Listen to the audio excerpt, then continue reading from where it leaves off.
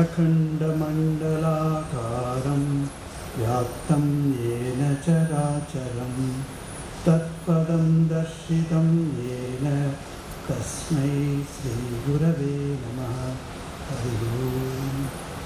ओम नमो भगवते श्री रामकृष्णाय। ओम नमो भगवते श्री पद्मावती समेत श्री वेंकटरमण स्वामी नमः। Dear my monastic brothers and monastic sisters, and all the devotees and my children, it's so nice to be with all of you on this wonderful occasion of the 7th anniversary of the Ramakrishna Mission Ashrama Tirupati, which is conjoined with the 75th anniversary of our national independence. Yesterday, we heard from the respected Matajis the contribution of Swamiji to the Indian independence. Likewise, another Mataji spoke on the contribution of Sister Nivedita for getting our independence. So with all this, those who have heard those lectures or either in the YouTube, you would know that how much Swamiji was the backbone of getting our country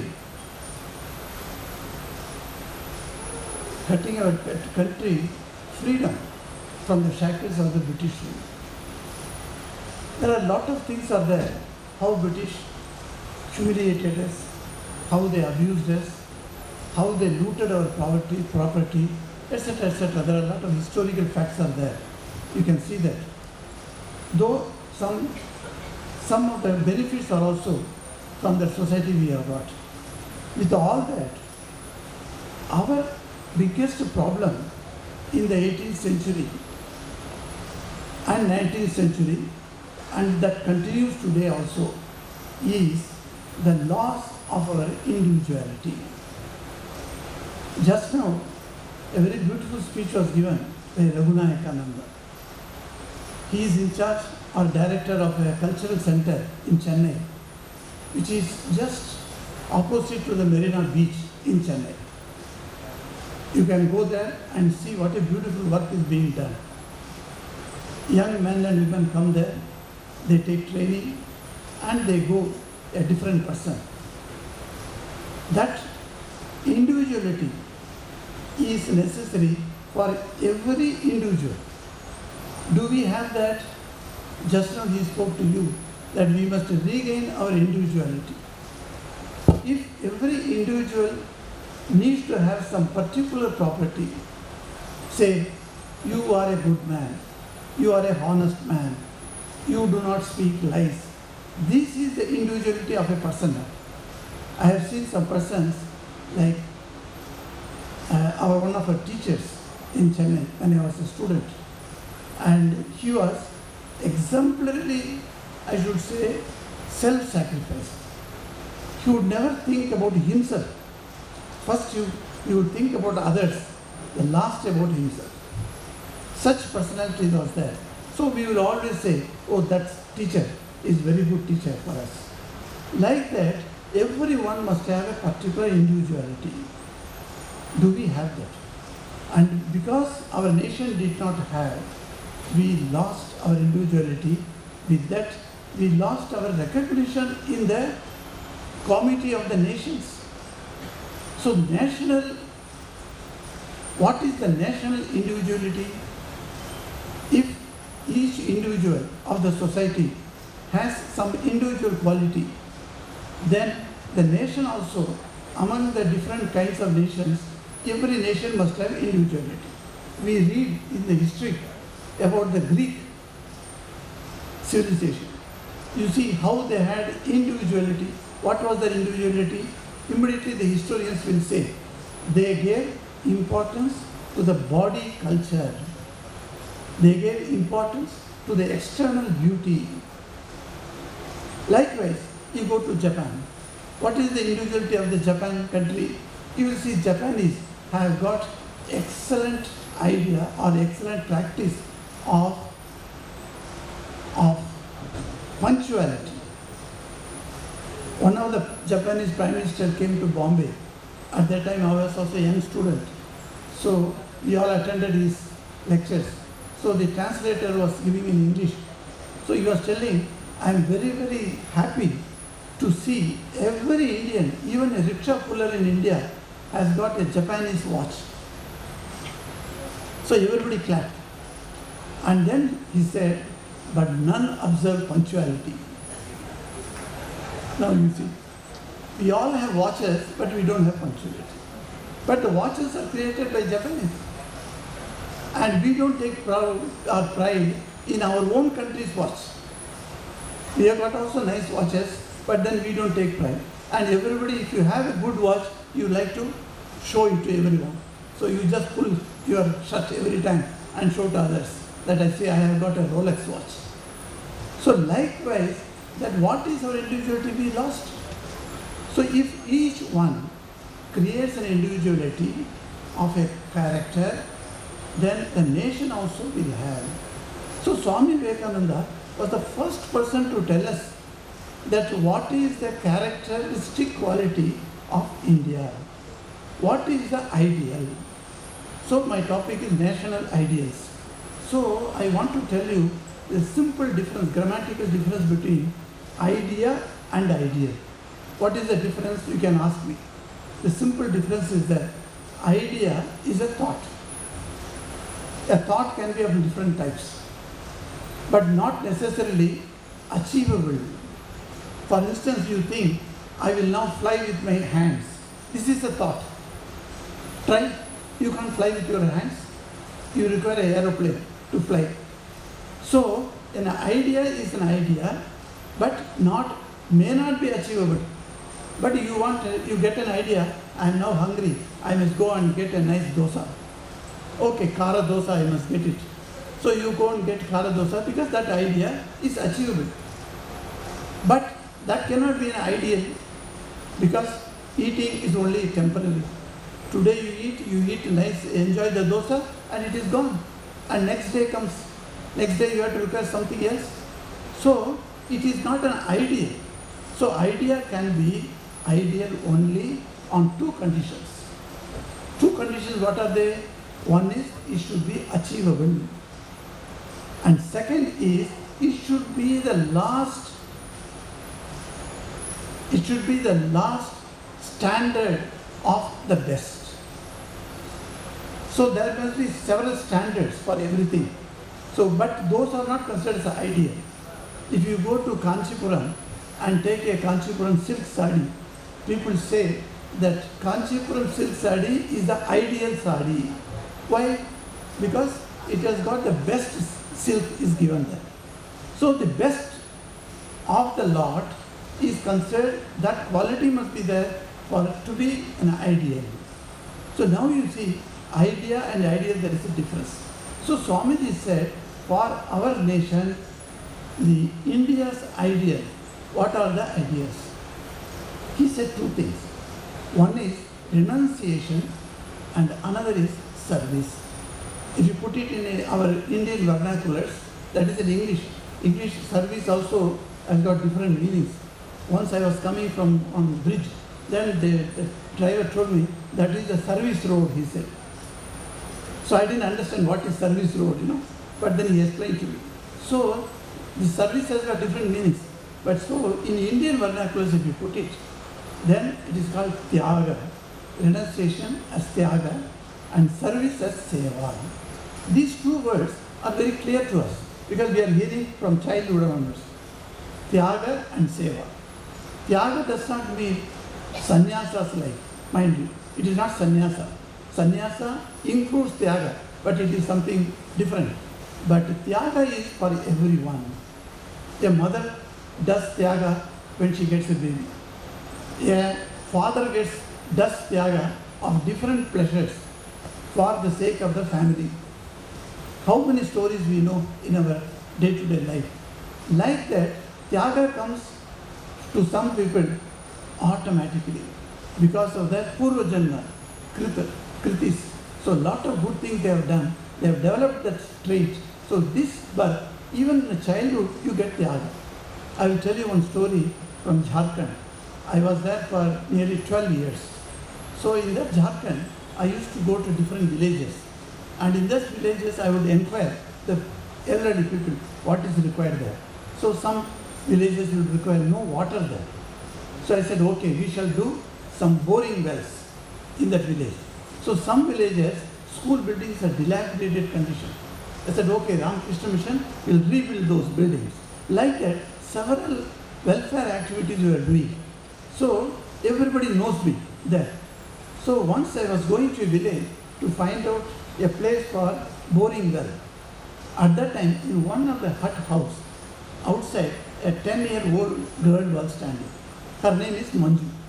Of course, she is now a mother and she is a professor in a college in Bangalore. And that girl was standing there. She requested me, Maharaj, please come to our home, she said. I said, now I am going with the engineers. Let me see the first location. And while coming back, I will enter your home. So while coming back, I went to her home. She made us seated, nice tea she made and gave that tea. We all had. Then I looked at her house. House is so bad condition. But in one place, Sri Ramakrishna, Holy Mother and Swamiji, this holy trio photo was kept. And she had kept a flower there. And next to the photo, that is the shelf, there was a window. The window door was open. So the wind was coming through that. So I looked at that and I made pranam. Then I thought what I can give there. So I put my hand into my pocket. I got 300 rupees. So I took it and kept it before Sri Ramakrishna's photo. I thought, very poor people, so the 300 rupees, at least they can purchase something. So like that I thought, whatever they need. And then I came away. Then after 1 week, the 10-year-old girl comes to my office. So I asked, how are you, how are your parents, etc. Then I asked, hey, on that day I kept 300 rupees note before Sri Thakur's image. Have you taken it? She said, yes, why you are asking? Because the door was open, the wind may just blew it off. That's why I am asking you. He said, yes, I took it, he said. I asked, how did you spend it? Did you purchase rice? Did you purchase dal? Did you purchase vegetables? Or did you purchase the dress material for you? You know, a 10-year-old girl may have fancy for anything, small items. So did you purchase your fanciful items? She kept quiet. She's not answering. 10 times after asking, I said, if you don't say, then go away now. I want to know how you spent it. Why I asked was, a poor family girl, how did she spend that money? Did she give it to somebody or did the wind god came and take it away? This was my question's purpose. Then she slowly said, Maharaj, to my next door neighbor, they have 3 children. And in this winter, that was winter time, 3 children had no sweater. So I took the 300 rupees and purchased 3 sweaters from the market and gave to each child. You see, 10-year-old girl, how the Tyaga idea has come into her. If that Tyaga has become an ideal for her, even today she is of that type. Even with now she is about 50-year-old. But you see how the Tyaga has become an ideal and that was achievable in her life. Do we have that? Do we have that Tyaga of removing our own self-pleasure? I was coming from Jolarpet station and when the train stopped at Jolarpet, one lady who was sitting next to me, she got up. She has got so many bags. So 3 bags, 4 bags like that. She put everything and little elderly lady, she got up and she is coming out. There were so many people standing there along with her to get down at the station. And none came help her. The young men were there with just one backpack standing. Those boys also were there, but none see that. So I went to her. I said, Ma, can you give me your 2 bags? I will just drop you at the station down. She looked at me. She said, she could not believe that somebody can come and help her. Simple tyaga. You could be seated there. Oh, that lady has gone. Now I can sit nicely in my seat. So I can sit nicely because it is empty.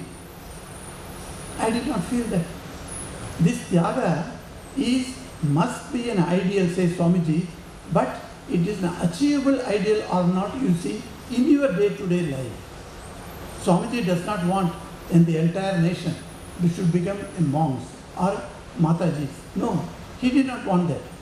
That is secluded exclusively for a few people. But then, what about the rest of the people? Should they not practice this tyaga? When you stand in the queue, while taking prasad, noon prasad, I have seen how sometimes the boys and girls fight with each other to go to the first and take the first. Because that attractive laddu will be over. So they think if I go last, I won't get the laddu. I must have the laddu for me.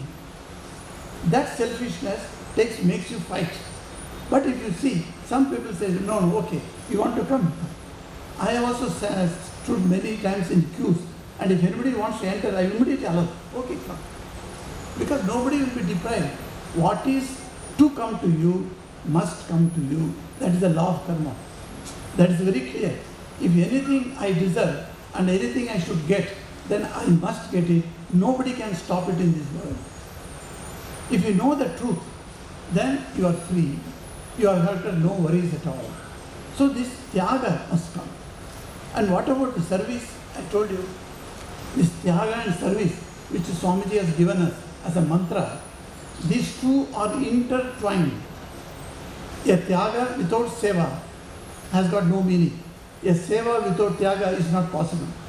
So these two are intertwined. Always understand, these two must be there as a component of your service, your seva, and your renunciation, which is tyaga. These two must continue. In Swamiji's life, we find like that. As a young boy, Naren was going with his friends on the road, and he saw one horse cart came, and the horse could not be controlled. This boy jumped into the cart and controlled that. How did he do it? It is because of his great idea that I must do something for the society. The people who are walking in the road, they should not be hurt by this uncontrollable horse. So he went and controlled. Another time, he went for his friend's recommendation, he took it to the headmaster. But the headmaster was not listening at all to him for giving a scholarship. But then later, he fought with the headmaster and said, no, my friend must get because he is the poor. So he got it. And of course, how did he got is a story, secret story. You can read it in the life of Swami Vivekananda. Very interesting story, which I am not going to tell you now. You must read it and find out what is the story. Likewise, this tyaga and seva must continue together. And this is the ideal of our nation. If every nation in the multiplicity of the, say, UNO, where all the nations are there, what India stands for? Because I was in 3 countries outside, South Africa, Singapore, and Ireland. I have seen how people think of India. I was standing in a bus stop in Ireland once. I was to take a bus. You know, the buses are very, very clean. It's like your own home. And like that, clean buses. And I was standing in the bus stand. So 2, 3 ladies came, Irish ladies. So one lady said, are you from, she stopped, because she didn't know from which country I am. I said, she was just thinking in her mind. I said, from India. I said, immediately she said, namaste. Immediately the prestige of India, you can see in her eyes. She could understand India means adorable. India should be greeted upon. That's why that India stands like that. The impression among the Irish people is India is a great spiritual country, not for its IT. Our Indians are many in high IT posts in Ireland. I've seen in Dublin, IBM company, Apple company, all these companies are top positions are filled by Indians only. So they come to our ashram also. And I ask how many Indians are. They say, yes, we are the top. They say. But then, that is not for that they are not considering India as great. But for its Adhyakmik Chintan, Adhyakmik ideas, for that they consider India as a great country. You go to any country. When Swamiji went to China, he went to a place unknowingly while walking, and some people came to beat him. Some Chinese came to beat him. He stopped there and he said, I am from India, he said. They all kept down their sticks and they made pranam to him. This is in Swamiji's life, you can see. That India, in outside countries, in India only, we have lost the idea of spirituality, unfortunately. And our tendency to be more involved in cinema culture and in the politics culture, that has deprived us of that wonderful Adhyakmic culture. Unless we get back it, we cannot stand high, we cannot keep our heads high. Otherwise, how we will go there? When our young children study in IITs and then they go to America, the American friends in the roommates, they ask these boys and girls, okay, tell me, what is Brahman? What does Krishna teaches in Gita? Can you tell? The girl or the boy says, no, I do not know.